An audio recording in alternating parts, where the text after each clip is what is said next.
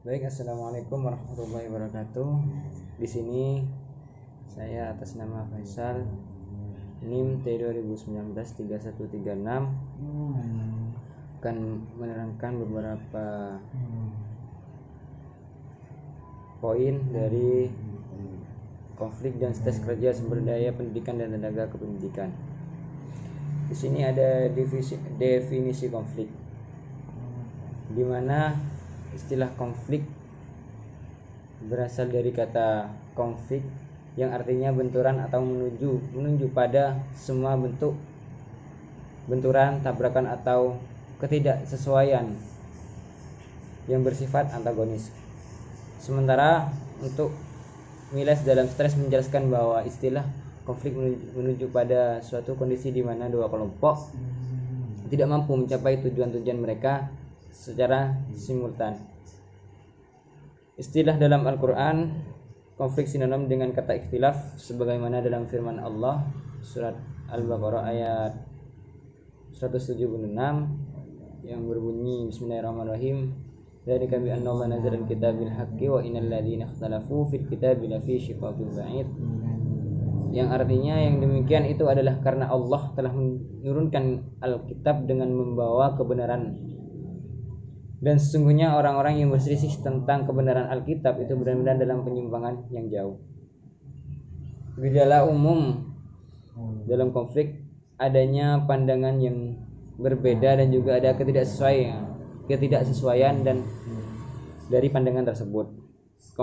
Gejala konflik dalam organisasi, tidak adanya kerjasama antar kelompok dalam organisasi untuk mencapai tujuan bersama, adanya tuntutan otonomi oleh setiap unit atau lebih dalam organisasi. Lanjut kepada yang kedua, poin yang kedua ialah sumber konflik di lembaga pendidikan. Itu ada 3. Yang pertama, kebutuhan atau manusia dalam kehidupan sehari-hari memerlukan kebutuhan untuk mempertahankan hidup yang bersifat universal atau menyeluruh atau berlaku untuk semua manusia. Yang kedua, itu ada interpretasi masing-masing orang terhadap suatu kejadian atau kenyataan dapat berbeda-beda. Yang ketiga, itu ada nilai-nilai atau goals. Dalam suatu sekolah dapat terjadi personal maupun siswanya terdiri dari beberapa etis yang masing-masing etis mempunyai kultur yang berbeda dan mempertahankan nilai-nilai yang ada dalam kultur masing-masing tersebut. Di sini juga ada nilai-nilai positif dalam konflik. Yang pertama yang itu ada di dalam dunia pendidikan, konflik merupakan sarana belajar yang mengembangkan diri terutama dalam kemampuan problem solving dan human relation. Yang kedua itu adanya konflik merupakan inovasi atau penemuan-penemuan baru, karena setiap penemuan baru tentu diawali dengan adanya masalah. Terus lanjut kepada yang ketiga, yang terakhir itu ada konflik merupakan parameter dan sekaligus merupakan sarana mengembangkan kualitas hubungan antar personal maupun antar kelompok. Mungkin hanya itu presentasi dari saya, kurang lebihnya mohon maaf. Ihdinas siratal mustaqim. Wassalamualaikum warahmatullahi wabarakatuh. Assalamualaikum warahmatullahi wabarakatuh. Saya Anani Hayatul Kuswa, NIM T2019 3125. Di sini saya akan melanjutkan pemateri sebelumnya, yaitu konflik memiliki nilai-nilai yang positif. Suatu konflik dapat timbul hal positif apabila konflik dipandang dan diselesaikan dengan cara positif. Di dalam dunia pendidikan, konflik merupakan sarana belajar dan mengembangkan diri, terutama dalam kemampuan problem solving dan human relation. Adanya konflik merupakan inovasi atau penemuan-penemuan baru, karena setiap penemuan baru tentu diawali dengan adanya masalah. Selanjutnya, yaitu tingkatan-tingkatan konflik. Yang pertama, ada konflik intraperorangan, yaitu konflik yang berkaitan dengan individu tertentu. Yang kedua, konflik antar perorangan atau interpersonal, yaitu timbulnya antar individu atau banyak individu. Yang ketiga, konflik antar kelompok. Yang keempat, konflik antar pegawai dan manajemen. Yang kelima yaitu konflik-konflik konstruktif dan konflik destruktif.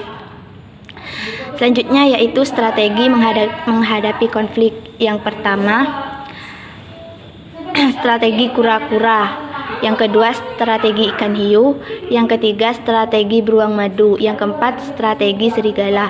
Mungkin hanya sekian dari saya, kurang lebihnya mohon maaf. Wassalamualaikum warahmatullahi wabarakatuh. Stres kerja dalam organisasi. Stres berasal dari bahasa Latin yaitu strictus yang berarti ketat atau sempit, dan menjadi kata kerja stringer yang artinya mengetatkan. Masalah-masalah tentang stres kerja pada dasarnya sering dikaitkan dengan pengertian stres yang terjadi di lingkungan pekerjaan, yaitu dalam proses antara interaksi seseorang karyawan dengan aspek-aspek pekerjaannya. Stres menurut Charles dalam Physical Review menyebutkan bahwa stres adalah tuntutan-tuntutan eksternal yang secara objektif adalah berbahaya. Stres juga bisa diartikan sebagai tekanan, ketegangan, atau gangguan yang tidak menyenangkan yang berasal dari luar seseorang. Stres di tempat kerja menjadi suatu persoalan yang serius bagi perusahaan karena dapat menurunkan kinerja karyawan dan perusahaan. Faktor-faktor pemicu terjadinya stres di tempat kerja ada 3, yaitu 1. Kelompok pertama adalah individual stressor atau faktor individu seperti keluarga, ekonomi rumah tangga, dan karakteristik kepribadian. Kelompok yang kedua adalah organizational